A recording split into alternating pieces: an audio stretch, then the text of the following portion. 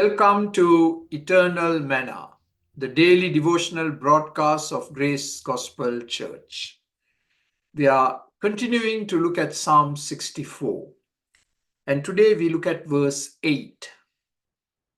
God will turn their own tongue against them and bring them to ruin. All who see them will shake their heads in scorn. So again, God is introduced into the picture, but God. And what is God going to do with the tongue of the wicked? The tongue is used as a sharp razor to cut people down. And these enemies of David, they were character assassinating him. They were spreading vile rumors about him. They were gossiping. And they were telling lies about David.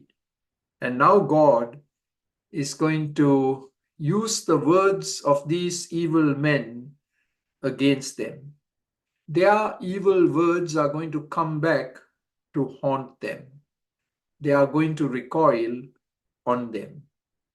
They will be smitten by their own tongue, and they are going to come to ruin, meaning that the sword will fall upon them.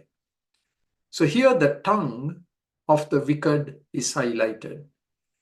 In other places, the weapons of the wicked are highlighted. The arrow, the bows, and the spears, and the sword.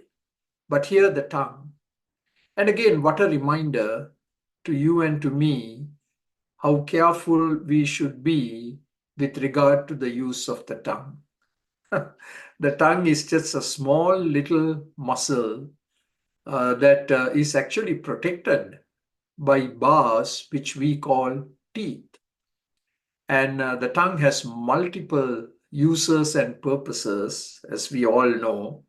It's with the tongue that we are able to enjoy food and to taste food.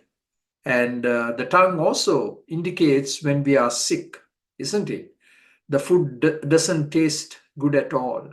There's a bitterness that comes into the tongue, and we know something is wrong, something is not right. And that's when we go to see the doctor. So, the tongue is a good indicator of our spiritual health also. The words that we speak day by day is reflective of our heart condition. Remember, we looked at an earlier devotion that the heart is deceitful, desperately wicked, it is depraved, and only God can change it and transform it. And so our words give us away.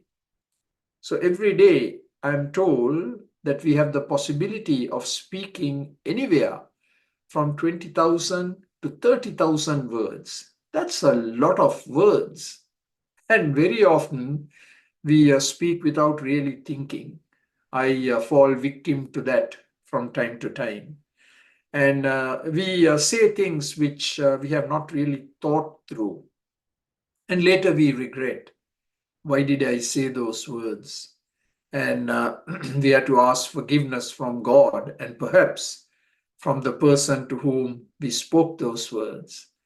So that's why David prayed on another occasion, let the words of my mouth and the meditation of my heart be pleasing in your sight, O Lord, my rock and my redeemer.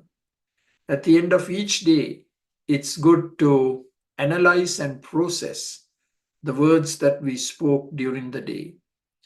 And if there are any words that we regret, we should ask for God's forgiveness. And we should keep a tight rein on our lips. Silence is golden, not all the time, but silence is golden. And there are times it's better not to talk rather than to speak and make a difficult situation even more difficult. So we need the grace that our speech will be seasoned with salt day by day and used to bless people. Amen.